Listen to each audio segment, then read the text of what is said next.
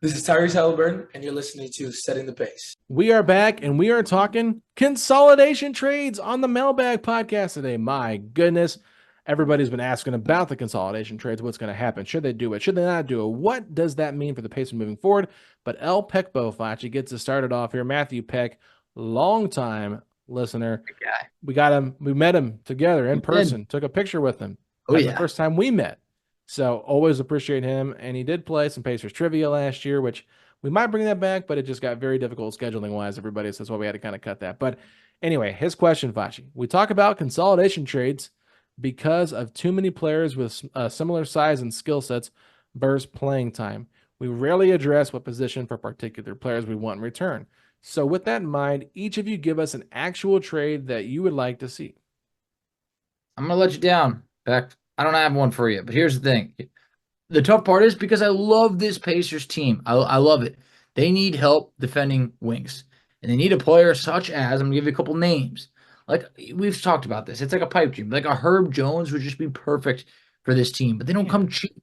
Denny Avdia would have been a good pickup for this Pacers. Consolidation trade? No, not just for consolidation. Okay. I'm talking about like those type of players, like a young wing that's coming into his own and all that. When you want to talk about like other consolidation trades, like Jaden McDaniels, it's not going to happen. But like those are like a Jaden McDaniels or a Herb Jones, I think would be awesome additions to the Pacers.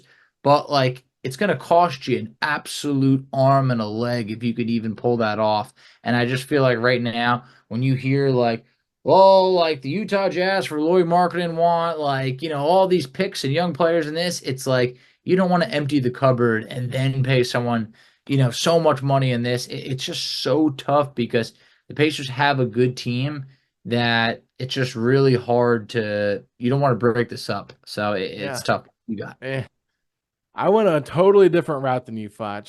Perfect. Let's hear it. Me and you talked about this, and like coming up with the trade right now is just very difficult. It is. Because you don't know who's going to be available. You don't know what you're going to give up. I don't think it's going to happen right away this year. I think that maybe next year it's when it happens. And so I did not do a trade, but I made a list of players that I would be really interested in doing a consolidation trade for, assuming I'm going to give up, this is basically like the mother load that I'm giving up, right, to make a big trade, right?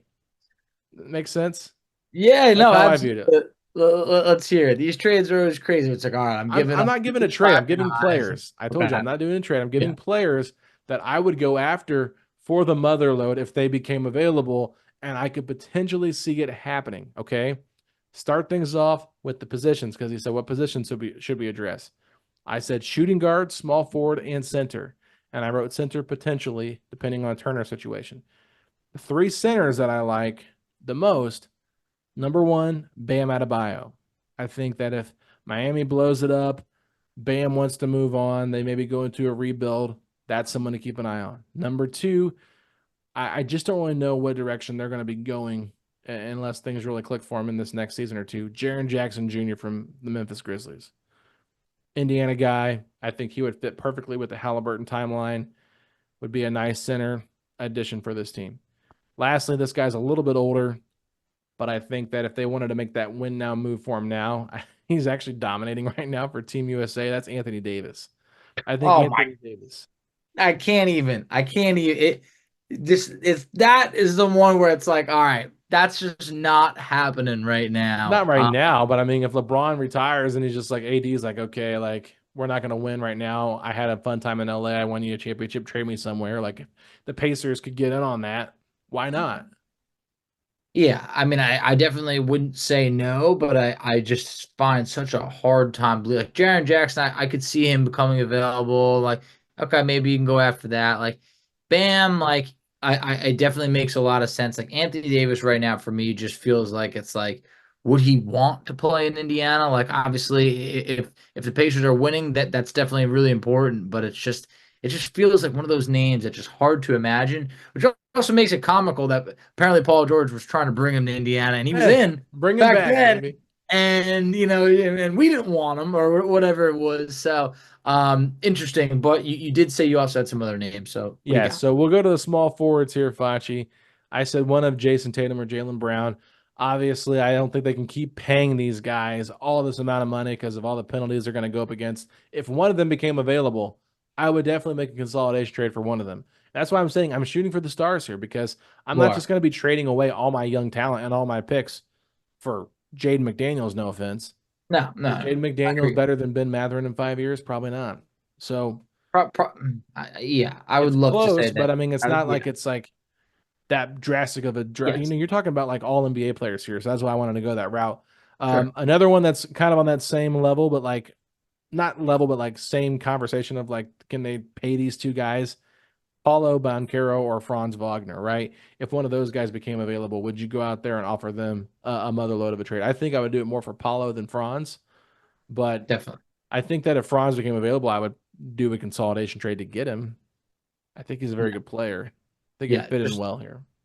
just signed a max extension. I feels that he's very happy. Like some of these names, I'm going to be honest, I just don't think are ever going to become available because they are some of the best that the league has to offer. But if they do become available, some of those players, you said mother load. I mean, that is the only word that could be used That's how I for viewed this trade. This is how I viewed this idea. I don't if know why. Rudy That's just how I Gobert saw it. got 5+ first round picks I'm not and doing a trade Paulo like that. or Tatum, Pacers I aren't mean, doing a trade like that. yeah, I I'm just know. saying a big name Yeah. becomes available. Now, this other one I threw out there because it's like obviously you would do this if it was happening, but Brandon Miller from Charlotte, if he became available, I would do that. Um, the Jason and Jalen one was kind of like more in my head. I was thinking Jalen Brown just because I feel like odd man out all the time, and like It seems that way. I Yeah. feel like he would be like a guy like I don't know if he would want to be in Indiana, but like if he came here, played with Halliburton, like you want a champion, have a chip Still on his be the shoulder, make a lot of guy. sense. Yeah. All Mhm. right, shooting guards. The one that I think is the most realistic that could ask out of a trade based on how their team is currently constructed. You mentioned it a couple of episodes ago. They just signed a point guard in Tyus Jones. I think Devin Booker is a name to keep an eye on. Same draft class as Miles Turner. He's in his prime right now, so it'd probably have to be soon. But like Beal and Durant don't seem like if they don't stay healthy, like what is the ceiling for this team? It seems like this team is going to be limited with what they can do. And I think Devin Booker gives them the best chance to maybe kind of recoup a lot of their team value and some of their picks and stuff like that. So Devin Booker is a name that I think would actually fit in well with this Pacer system as well. I mean, I don't love Devin Booker as a player, but I think that he could be a good fit next to Tyrese in terms of like offensive firepower. And then lastly, only reason I could see this ever happening is if this player asked out of where he's I at know where you're currently. going with this. I know Tell where me. you're going with this. You're saying Anthony Edwards, aren't Yes, you? I knew you're going with that. I know because him and Tyrese, they got something going they on. do. They very much do. I feel like there's been so many pictures of those two together. Same And draft I'm class. just like, yeah, I'm just like Tyrese, put a bug in his ear. Put that in, just let him know if he's anything ever less than 100% happy, there is a spot for him in Indiana. And if Anthony Edwards ever wanted out, I would want the Pacers to literally give up whatever they could. And if you could pair Tyrese Halliburton with Anthony Edwards, the rest will work itself out. Yeah. And another name I almost threw on here as like and this is more of like a consolidation trade, not the mother load trade, was Keegan Murray. Yeah, yeah. I mean, If I'm a you could little do bit some kind torn. of consolidation trade to get him, I know he didn't Yeah. shoot the ball well from three last year, but like I loved his rookie season. I think he's got a ton of potential. No, he really Jabari does. Smith is another name I'm keeping an eye on as well. Sacramento has been like they have like planted their feet being like we are not trading Keegan Murray for anything. Yeah. And I feel like I need to see him take like another step forward because yeah, you're right. Like that rookie year was like he was such a good 3-point shooter. He was just a really good player overall from I felt like probably expected a little bit more of a jump last year, but still a really, really good player. And then Jabari Smith, like that could be someone that like maybe there is a chance for him to become available because Houston's in like that really weird spot where like they're really trying to speed up this timeline Mm. and win. And I feel like how patient will they be with Jabari Smith Jr.? So I don't know, but that's probably a name to keep an eye on. All right. I went a little bit lengthy there, Facci, with my list, so I apologize, but just had to lay it All all out good. there. I didn't do a trade, so I gave out Yeah. quite a few names. Yeah, and I couldn't even imagine what some of those trades would have been because some of that was some of the top talent that the league has to offer. I'm surprised you didn't throw like Luca on there or anything I like don't think this. And him and Tyrese would be a good fit together. that is honestly a really good point. They That's why I they didn't really do it. it's too redundant and it's probably a really good problem to have, but like we need other guys to target. So I was gonna. I mean, I thought about Wemby, obviously, but like Wemby, yeah, we nobody got to is draw getting the Wemby. line somewhere. Nobody's Of getting like Wemby. Okay, exactly. try to be realistic to a certain Yeah. degree. I just can't imagine what that trade would ever look like. But hey, nonetheless, next question over here we have Bottle Weep said, "Who do you think is going to get dealt in consolidation trade?" In parentheses, it's almost inevitable. And what do you hope to get in return? Okay, so we kind of already laid out what we want to get in return with the previous question, so I don't want to go through all that again. But like players that I think are likely going to be in that deal, one of Nimhard, Matherin, or Walker, potentially two of those three players in a deal, and then whatever salary fits. I think, Turner could be involved in one if it's this year because he's still a very quality player. I could maybe see Siakam in 2 years being a part of one of those deals if you feel like it's, Jarris has made the steps forward. I just don't really see that happening right now. But overall, I just feel like you're going to have to get rid of some of your young talent. Your lottery picks make the most sense that are going to get you stuff, and then all your draft picks that you have. So it's really a combination of salary filler, which is some like Toppin and Neesmith, plus Matherin, Walker, that kind of thing. That to me is where I feel like those are the players more than likely going out in a deal. And that's hard to say because everybody wants to see them develop. But right now, they're just your hottest commodity. That's where I'm at. It's pretty much the same. I mean, you look at from a salary standpoint, if Turner's not involved, then Obi Toppin immediately becomes that $15 million salary that you could combine with like, a Matherin and someone else and be able to bring in someone, upwards of $20 million in salary. So it feels like Obi is the salary. Neesmith could be involved in there, but like immediately look like Matherin and Jarris Walker. Depends how big of a deal you want to make. If you want to make like a big deal, it could be Matherin, Jarris Walker, and maybe Obi's just in there as salary or anything like that. I don't think the Pacers would want to trade like Matherin, Neesmith, and Jarris Walker because then it's like, whoa, now you just went from having a lot at positions to all of a sudden you just traded potentially three small forwards. So kind of feels like a lot. So I could see like an Obi top and Matherin and, I don't know, whatever it may be. Or maybe it's Nimhard and Obi Toppin, and you're going after someone a lot bigger, and that gets you to that upwards of $30 million, that $35-40 million range. Yeah, it's going to be hard for everybody to like just visually see a big trade happen with the Pacers because you're going to lose some players you like. Yeah, that's the tough part. Like we love this team. Like Yeah, one thing if I they're think the not front office does too. exactly, it's one thing if they're not winning, and you could be like, hey, look, a good guy, we want to win. We're winning with a young team. And like you look at this across the board, outside of like Siakam and maybe Turner, you look at the rest and you're like, yeah, these guys can definitely get better. Like a lot of guys are 23 years old or younger. So it makes you feel that it's like, why can't they get 10% better next year or anything like that? And I think if each player gets 10% better, you're looking at a team that could end up winning 50 games. And I just think that that would be really exciting and something that hasn't happened in Indiana in quite some time, or at least over a decade since dating back to the conference finals teams. Yeah, for sure. Let's keep it moving here, and I think we kind of already answered this one too. This was Colt's commentary. He said unrealistic and possible consolidation trade targets that some fans might bring up. I think I kind of went through that list pretty much already for my side, but curious what you have on yours. I really don't have that many names other than I feel like Lauri Markkanen has been kind of a little bit of the hot name, and I think that's kind of died down a little bit. Feels like Golden State's like that one team that's definitely still really interested if Utah doesn't just bring him back.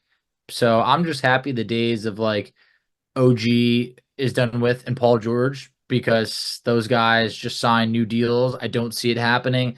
Those are the names that everyone. I mean, it got so crazy to the point where people like, what if Paul George took a mid-level deal to come to Indiana? And then you look at it and it's like Paul George was taking nothing less than the max. Like he would have went to the Orlando Magic if that's where the best offer was, because it sounded like that was one of the teams that could have given him the max. So like OG, Paul George, they weren't taking pay cuts. They just signed very, fat max contracts over $200 million, and I think we could eliminate those guys from the running. Lauri Markkanen seems to be that guy right now. I don't see that happening either. So I think that kind of puts an end to like the unrealistic trade names outside of the names that you named, that the only way those guys become available is if they are absolutely, drawing the line in the sand saying, I want out of here, Yeah. trade. And, that doesn't come around too often. If we're thinking of unrealistic ones that fans might throw out there, I'll throw out some funny ones just to be like, why would this make sense? First one for me would be Trae Young. Oh my, could you even imagine a backcourt of Halliburton and Trae Young? I mean, they would get hunted. Oh man. Oh my God. 180 to 178 every night. Literally. Rick Carlisle would literally lose all his hair. Yes. Well, but yeah. Another one, Jimmy Butler. Yeah. I mean, at this point, like Jimmy Butler, I know he wants another max contract. And I think whoever gives him that max contract the last few years aren't going to be that great. But someone's going to do it. Other than that, I'm trying to think if there's any other names out there that can make like some interesting conversations. Like Karl Anthony Towns, I think that could be a name as well. But I actually wouldn't hate that. So I don't think it'd be super unrealistic if they did it. I just think it's a lot of money to pay him. It really is. I feel like Towns is just it's just like we talked about. He's just not that guy. Yeah. And he's going to want to be paid very, very handsomely. If you're going to move on from Turner, I mean, no one's going to tell you that that's a bad option. I would rather pay Towns. I mean, I don't know what he's making right now, but I would imagine it's probably in that $35 to $40 million range. Yeah. If it came down to who do you want to pay, Towns or Turner, then yeah, I'm going Towns. If it's somewhat comparable, like within $5 to $10 million, but at the same point, you're giving up a lot of assets just to be able to do that. And at that point, then you could easily talk yourself back into just re-signing Turner at $30 million. Yeah, Towns, I think he just signed an extension, if I'm not mistaken. He signed an earlier extension, like a while back, so I don't know. He's got a player option in 27, 28, so next year he's making $49 million. The year after that, 53. The year after that, 57. So I don't think Indiana's going to be trading for no Karl Towns. It ain't happening. Okay, so that contract extension just kicked in. Yeah. This is the first year, so I thought he still had like 1 or 2 years at like $30 million or so like that. So yeah, I'm out. I just don't think that Karl Anthony Towns is a player that, I mean, $61 million in 2027, 2028. That is just ridiculous. You just can't do that. You can't touch that. All right, let's move on, Facci. We got 2 questions left. All right, next question is Eaton. On Twitter is Eaton387 said, if you could pick one all-time pacer to put on this team not named Reggie Miller, who would it be? Good question. I'll let you answer this one first. I'm going Paul George. Look, I think that Paul George is a player that, like, if you're talking about Paul George in his prime, even Paul George right now would be really good for this team. But like Paul George, like in his prime, or at least like 5 years ago, would be everything you could ask for with this current roster. If you're talking Halliburton, Nembhard, Paul George, Pascal Siakam, and Miles Turner, that is a ridiculously good starting 5, and I would feel incredibly good about this team. I have a couple other options as backups, but I want you to give your choice first. Yeah, I'm torn between 2 players right now. I'm sure that other player. Yeah, my first one, I mean, I definitely think Paul George makes a lot of sense. I think Danny Granger is my answer. And the reason why I say Danny Granger is because of the way that he would fit in with this locker room. I think that you have to have the right personality that doesn't care about themselves as much. And the other player I was debating was Ron Artest. Ron Artest in his prime. Third player. Yes. Yeah. He was a defensive player of the year. Like, he would have made a difference on this team. But that version of Ron Artest could not have meshed with this locker room, I don't think, because he was just too crazy at that point. He was too chaotic. So I think the guy that would have fit perfectly with this team, and I think people forget how good Danny Granger was in his prime. Like, this dude was an all-star for a really bad 5 points per game that year. You put a really solid, I think that he was the difference maker for the Pacers when they played the Heat in that series where the Pacers went 6 games, and the first time they played the Heat when Paul George was still kind of ascending into his own, because Paul wasn't there yet. It was really Granger and West and Hibbert kind of carrying the load a little bit, and Paul George had some games here and there, but Lance Stevenson wasn't even playing in these games at this point. I just think that prime Danny Granger, because he's such a good defender, could play some small ball 4-2. You could play him, Siakam at the 4 and the 5 together. You know, him and Turner would have to battle between who's number 33 for the Pacers. Like, that's the biggest internal argument there. But I just think that Danny Granger makes so much sense with this roster. But I understand the Paul George pick. Like, that's what I thought of originally. Like, Paul George, yeah, that makes the most sense. But then the more I think about it, Paul George, is he a winner? I'm not saying Danny Granger is. No, but yeah, he makes excuses all the time. I mean, this doesn't show up for big games, it feels like. I thought about this. I was walking my dog, and I just randomly thought about this. This is a couple weeks ago. The closest Paul George ever came to a championship was when he was with the Indiana Pacers. Yeah. No doubt about it. Pushed the Heat to 7 games and was within 1 game of an NBA Finals. You went to back-to-back conference finals. He's played in 1 conference final since, and it's just, I think that he didn't realize how good he had it. But yeah, if we're not going Paul George, or if we're just talking about those 3 that we named, Danny Granger is most definitely the best leader out of that group. Yeah. Like Ron Artest, you never know. He's just always been a wild card. Paul George has rubbed some people wrong before, and I think he's also never been the guy that everybody has really rallied behind. I think that Danny Granger would be that veteran. He was Paul George's veteran. Paul George has talked about when they traded Danny Granger, that was like a huge blow that he just like never really got over, and that really rubbed him wrong. So I think I can't say most Pacer fans would feel the same, but it's like those are the 3 names that definitely were like absolutely, given the current roster that we have, those are the 3 that would take this team to the next level. There's been plenty of other good Pacers. Like, look, I love Jermaine O'Neal. That was my absolute hero growing up. But I'm like, we already got Pascal Siakam. Like, and even if you want to say at center, it's like, we already got Miles Turner. So it's like, it makes a lot more sense to go with the 3 guys that we named. My pick is probably still just Paul George. I love your pick at Danny Granger. You can't go wrong with either of them. I went Danny basically because you went Paul, just to be different. That's fair. Yeah. I think Paul is the obvious answer. I think so. I think he's more talented than Danny Granger is. But yeah, I do think my point about the fit and everything does matter. I think Paul would fit in with this team, though. I think he could let Halliburton be the leader, which would help. Mm-hmm. So anyway, interesting conversation about that. And there's probably other players we could bring up too that we haven't mentioned that could make sense. Like Bubba Warren. Like, come on now. That would have been the player to put on that list, right? Yeah, it's got to specifically be Bubba Warren. And it's just because that man right over there, anything was possible. Right over there. It just, what a time. What a time to be alive, Last question here. Evan Noggle said, I've heard rumors of a potential rebrand. Is this the right time?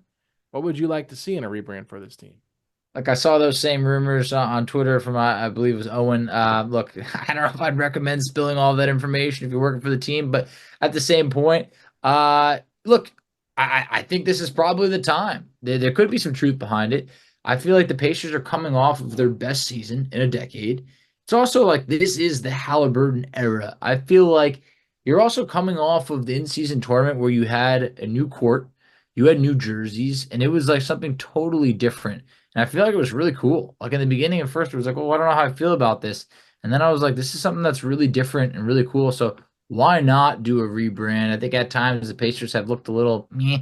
I think this is probably the time to shake it up a little bit. I think it's the time. I just don't know if it's going to happen. I know somebody asked Miles Turner about it on Monday, July 29th, as we're recording this. And basically Miles was like, yeah, I'm excited to see what the new jersey is this year. But he was talking about the city edition jerseys they give out every year. He wasn't talking about a complete rebrand. And I did reach out to someone that would be in the know about the rebrand stuff, and they acted like it wasn't going to happen this year, and that it would be another year, but I could be wrong on that. So, but that was probably about 2 months ago when I asked him that. So, yeah, I mean, if they did a rebrand, I think what they have right now is definitely out of style. I'm kind of done with this era of Pacers jerseys. Kind of boring. Get away from the racing theme. Yeah. Focus on Pacers basketball. Don't make it a race car thing. Like, yeah, we have the racetrack here, but like, I'm sorry, but like, find something different that's not so race car themed. It's just a little bit silly to me. So we don't need to be gimmicky. Just Tyrese Halliburton said it on his Twitter. He doesn't like the minimalist jerseys that we have now. He likes the more bold version of like the 90s type of jersey. So let's get some kind of 90s throwback kind of feel to it. I think that would be great. And I think the bold indie that they came out with like the splattered paint and stuff last year, it was definitely more like, felt more retro, like, graffiti type style than the normal, like, oh, here's a very boring jersey with a very simple logo. Like, let's bring some character to it. I want to see it be more fun, Facci. I feel like too often it's been boring. No, it's true. And like when you're talking about having like a more fun jersey or style or anything, like this offense, this team is fun. It is an explosive style of basketball that can't translate to a bland type of jersey. So give the people what they want, give them a little bit of flavor. I think it would go a long way. So is a rebrand coming? I don't know. It could be. Is this the time? It very well should be. I think that this is usher in a new era of expecting to win, expecting to score a lot of points, and we're led by Tyrese Halliburton. He's got the flair to do it. Absolutely, Facci. Well, we're going to go ahead and wrap things up here for today's episode. Thank you all so much for tuning in. This is your Go-To Pacers podcast. Setting the pace, please leave us a 5-star rating and review wherever you get your podcast if you've made it this far. Thank you so much. Let us know what you guys think in the comments section on social media or on the YouTube page. But Facci, if you're just excited for Pacers basketball to be back here in a couple of months, then hit me with those 3 words.